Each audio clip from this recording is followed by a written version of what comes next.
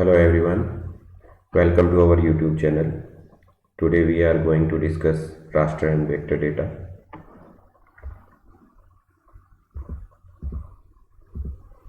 राष्ट्र डेटा जिसे हिंदी में चित्ररेखा पुंज भी कहते हैं और इसकी जो दो कॉमन विशेषताएं हैं वह है एक इसके पिक्सेल्स और दूसरा इसमें इसका सेंसर का जो यूज़ है। हम एक उदाहरण देख लेते हैं। जो भी आपको स्क्रीन पे दिखाई दे रहे हैं यह सभी राष्ट्र डेटा के उदाहरण हैं, भले ही वह डेम फाइल हो, जिसे हम इस डेम पर भी हम एक वीडियो बनाएंगे आगे, और एरियल फोटोग्राफ, टोपोशीट या सिंपल कोई भी कैमरे से ली हुई कोई भी फोटोग्राफ और गूगल अर्थ से जो फ़ोटो ली गई है, इस तरह की ऐसी कोई भी इमेज जिसमें पिक्सल्स होते हैं वह राष्ट्र डेटा कहलाती है। आइए देखते हैं कि पिक्सल से यहाँ क्या अभिप्राय है। एक सिंपल उदाहरण लेते हैं इस ग्लोब का। अर्थ की इस फोटो में यदि हम जूम करेंगे तो थोड़ा हमें पिक्सल्स दिखाई देंगे और ज़्यादा जूम करने पर इस तरह से ग्रिड के रूप में हमें छोटे छोटे पिक्सल्स दिखाई देते हैं। और इन सभी पिक्सल्स की वैल्यू अपने आसपास के पिक्सल की वैल्यू से अलग होती है और इसी सभी पिक्सल्स को मिलने से एक इमेज बनती है जो हम देखते हैं। और पीछे स्क्रीन पर यहाँ जितनी भी इमेज हैं ये सभी पिक्सल्स से बनी है और हर पिक्सल की अपनी एक वैल्यू होती है। जैसे ये डेम फाइल है, यहाँ पे किसी स्थान की ऊंचाई दिखाई गई है और ऊंचाई में यहाँ इसको यदि हम जूम करेंगे और इसकी जो पिक्सल वैल्यू आएगी वह ज़्यादा ऊंचाई को दिखाएगी और यहाँ जो नीचा क्षेत्र है यहाँ की जो पिक्सल वैल्यू आएगी, इसे जूम करेंगे तो यहाँ की वैल्यू कम आएगी। अर्थात जो भी इमेज है उसकी अपनी एक पिक्सल वैल्यू होती है, उसे जूम करने पर हम पिक्सल्स देख सकते हैं।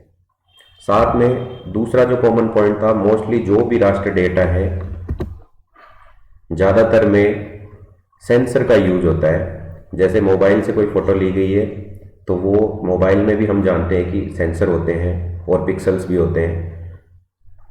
इसी तरह ये सैटेलाइट इमेज है, ये भी सैटेलाइट में भी सेंसर होते हैं और रिमोट सेंसिंग जीआईएस में भी हमने देखा है। एरियल फोटोग्राफ में ऊपर से कोई भी फ़ोटो ली गई है तो वह उसमें भी सेंसर यूज होता है। इसी तरह मोस्टली जो राष्ट्र डेटा है उसमें सेंसर यूज होता है।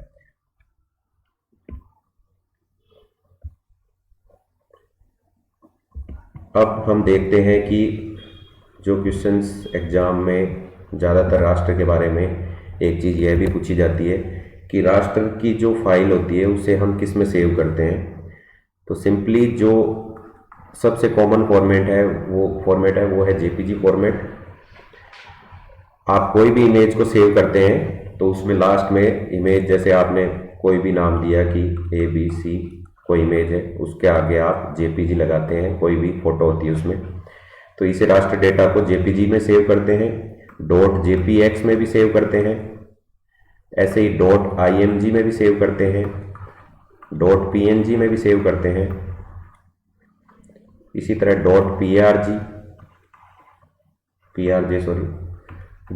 .bil, इसी भांति .jpx, ये सभी आपको याद रखने पड़ेंगे। एग्जाम में यह भी पूछ लिया जाता है कि राष्ट्र डेटा की फाइल सेव करने के लिए कौन सा फाइल फॉर्मेट यूज होते हैं, OVR। अब राष्ट्र डेटा के बाद में हम देखते हैं कि वेक्टर डेटा क्या है।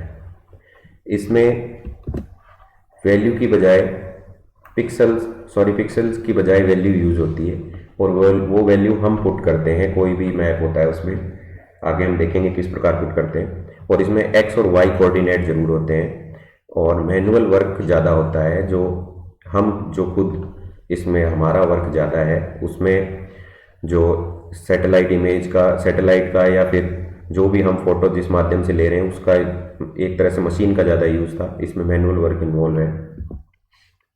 एक उदाहरण हमारे सामने है, ये राष्ट्र डेटा का उदाहरण है। ये कोई भी सैटेलाइट इमेज आप मान सकते हैं कि ऊपर से फ़ोटो ली हुई है सैटेलाइट से, और इसमें हम चाहते हैं कि हम राजस्थान में जनसंख्या का वितरण दिखाएं। या पूरे भारत में हम कोई भी चीज़ दिखाना चाहते हैं जो हमारी सहूलियत के हिसाब से हो, हम हमारी सपोज करें कि कोई व्यक्ति पीएचडी का टॉपिक जिसका हो कि राजस्थान में जनसंख्या का या साक्षरता का राज्यवार उसे दिखाना हो वितरण, तो उसको वेक्टर डेटा या वेक्टर इमेज बनाने के लिए सबसे पहले इसका प्रिंट लेना पड़ेगा और इसका प्रिंट लेकर हम इसे स्कैन करेंगे। स्कैन करने के बाद में उसे हम डिजिटाइज करेंगे। ये क्वेश्चन भी काफ़ी बार पूछा जाता है कि डिजिटाइजेशन क्या है और जियो रेफरेंसिंग क्या है।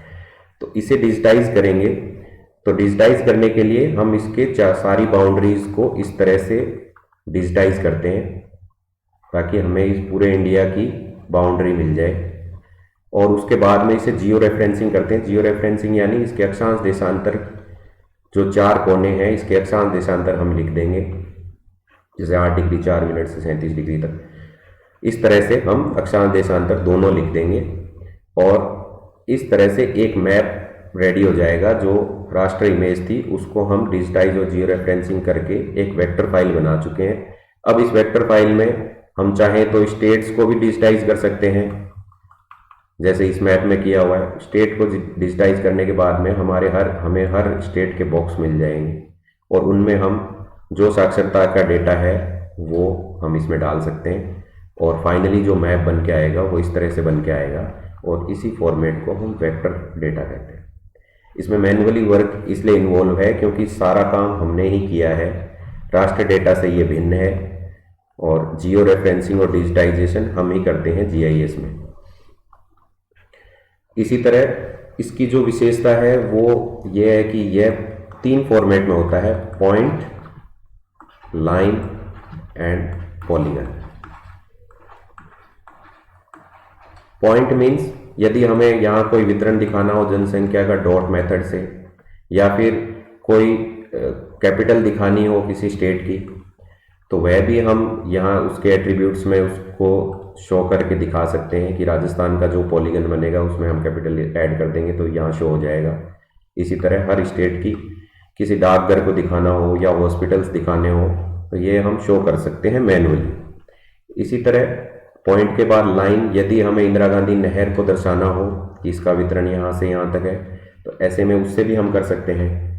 और पॉलीगन तो हमने स्टेट्स की बाउंड्री को डिजिटाइज किया था तो स्वतः ही बन गए थे। और भी पॉलीगन बना सकते हैं, जैसे खारे पानी की झील दिखानी हो हमें और कोई ऐसा रीजन दिखाने हो, जैसे हमें कपास का क्षेत्र दिखाना हो तो भी दिखा सकते हैं, काली मिट्टी के क्षेत्र को दिखाना हो या जलोढ़ मृदा को दिखाना हो या कोई भौगोलिक क्षेत्र दिखाना हो जैसे अरावली हमें शो करना हो, तो ऐसे हम एक पॉलीगन भी बना सकते हैं। प्रदेश को भी पॉलीगन के माध्यम से दर्शा सकते हैं। इन 3 माध्यम से, ये 3 माध्यम वेक्टर डेटा में यूज होते हैं और आप अपनी सहूलियत के अनुसार डेटा को शो कर सकते हो।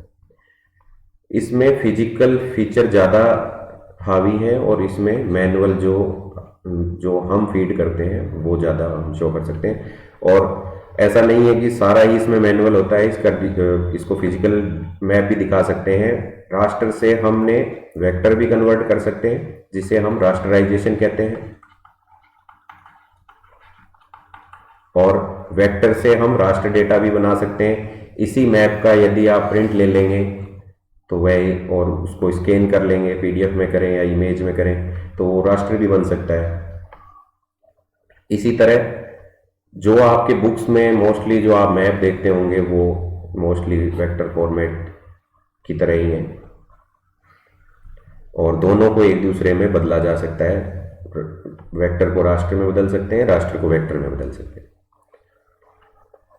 और इसके जो फाइल फॉर्मेट है, इसकी फाइल जिस फॉर्मेट में सेव करते हैं वह है टिफ फाइल